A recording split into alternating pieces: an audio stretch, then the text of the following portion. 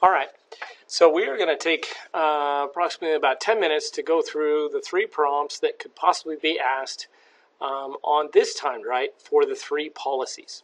So first we're going to take a look at this one. Analyze the reasons for the expansionist foreign policy of the United States during the period of 1890 to 1929. Basically what's going on here is that they are asking you for the full period of time that we are studying for this unit. Now we have not gone all the way up to 1929, but we have gone up to 1920. And so what you're going to try and do is answer this basically covering everything we've covered so far. Political reasons. Now, one of the things it says, analyze the reasons. So what are the reasons? Well, there's political reasons, there's economic reasons, there's strategic reasons, and there's social reasons. With each one of these reasons, you want to make sure that you define it. And so this is how I would go about it, taking a look and using my 4 reasons as why I am doing this. And so that's what I would do. Take each one of these and do it that way. Now, in each one of these cases, so political reasons, for analyze the reasons for the expansionist foreign policy. Notice it says analyze. So what were the political reasons and how important were they in why the U.S. had expansionist foreign policy? Now, there is an assumption in this question that the U.S. had expansionist foreign policy. And so you could talk about the debate, you could talk about other things. I would go ahead and just go with this assumption and say that the United States, the assumption of the question is correct, that the United States did have expansionist foreign policy. Now, the expansionist foreign policy before the Spanish-American War, and after the Spanish-American War. Was U.S. foreign policy before the war expansionist? Well, you can look at and say, well, possibly not, because although Cleveland got involved in the boundary dispute in 1896, he wasn't necessarily saying that we needed to expand. There were a lot of writings, there were a lot of issues, but there was very little expansion from 1880. There was the Samoas before 1880, there were some possessions before, but most of the possessions that the United States has at the end of 1929 come from the Spanish-American War. And so you'd spend some time looking at the Spanish-American War and why the U.S. and use some of the reasons for why the U.S. got in, the political, economic, and strategic and social reasons. Now, if you want to organize it this way, then you would have a paragraph on political reasons, a paragraph on economic reasons, a paragraph on strategic reasons and social reasons, and you would go through the entire time period in each of these paragraphs or sections. Now, if you want to look at time period and do it chronologically, then you wouldn't organize it by these reasons.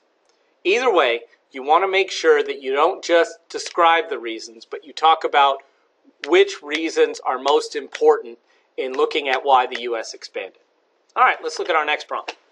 Define the United States policy of moral diplomacy and discuss its impact on the region. You're asked to do 2 things here. Number 1 is first define. And there's really 2 definitions. There's Wilson's words and Wilson's actions. If the words meet the actions, then the definition of foreign policy meets what the applications are, and you can discuss the impact on the region as being positive. However, if the words don't always match the actions, and some of the actions are different, then you would have to talk about those impacts on the region. I think in this case, you would discuss both the positive and negative impacts on the region, and I would define it both ways. In one way, I would define it and then talk about the impact of the region. I would define it as he talked about spreading democracy and talked about Christian morals, and that the United States needed to put forth and be a moral nation, civilized nation, and put forward that the United States did deal with Colombia with the Panama Canal. The United States did make the Panama Canal work while. The United States did help Costa Rica when United Fruit took over. And so looking at these actions saying, in this case, the impact of the region was positive, and that the United States in the Caribbean really did have an impact in a positive way. However, unfortunately, you see also that the military intervened 19 different times under Wilson in the world, and 13 of those were within the Caribbean region themselves. And so looking at those 13 interventions, obviously his promise of no more military intervention, his promise of no more economic manipulation, his promises of these don't hold true when we look at what happened during this time and the interactions with the military. And first we'll start with Mexico. And so then you would go into Mexico, then you would go into the treaty with Haiti, then you go into the treaty with Dominican Republic, or that the U.S. military took over the Dominican Republic. You could talk about the Bryan-Chamorro Treaty and how the U.S. Left troops in Nicaragua until the late 1920s. And in each of these cases, I think you could discuss that the impact on the region was negative in that case. And so that's what you have to discuss, which is the second thing, and discuss the impact on the region. So you could define it in two different ways and then discuss the impact. The key here, though, is to make sure you don't just describe, but that you link the definition with the impact. And I would try and possibly do either if-thens or however statement here to really make sure that I address the full prompt. Our last question is, the United States policies of big stick and moral diplomacy in Latin America had different motives but similar consequences. All right, let's take a look at this statement. Now, okay, and then to what extent do you agree with this statement? The key in a to what extent question is to make sure that you don't just say to what extent, or to some extent, to a great extent, but to explain what you agree with in this statement and what you don't agree with. If you say what you agree with and what you don't agree with, you definitely meet the demands of the prompt by spelling out the extent. So the United States policies of big stick and moral diplomacy in Latin America had different motives but similar consequences. Now, that's assuming that all of Wilson's actions did not necessarily line up with his motives, and that the big stick policy did line up with its motives to some extent. In order to make that argument, that's what would have to exist. I think in any case, if you take an attempt at this prompt, you just want to make sure that you do a very good job of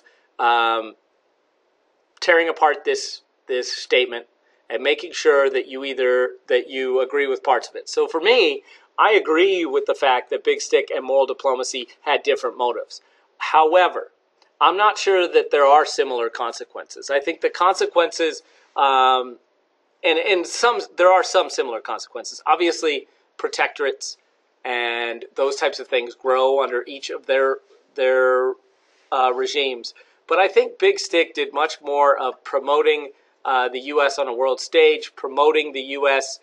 As the hegemon of Latin America, and moral diplomacy tried to wrestle with what that means, what exactly that role looks like for the United States. And so I think the impact of Big Stick was to say, yes, we are the hegemon, we are the big power in the Western Hemisphere, and the impact of moral diplomacy is this is how we're going to act as the power in the hemisphere.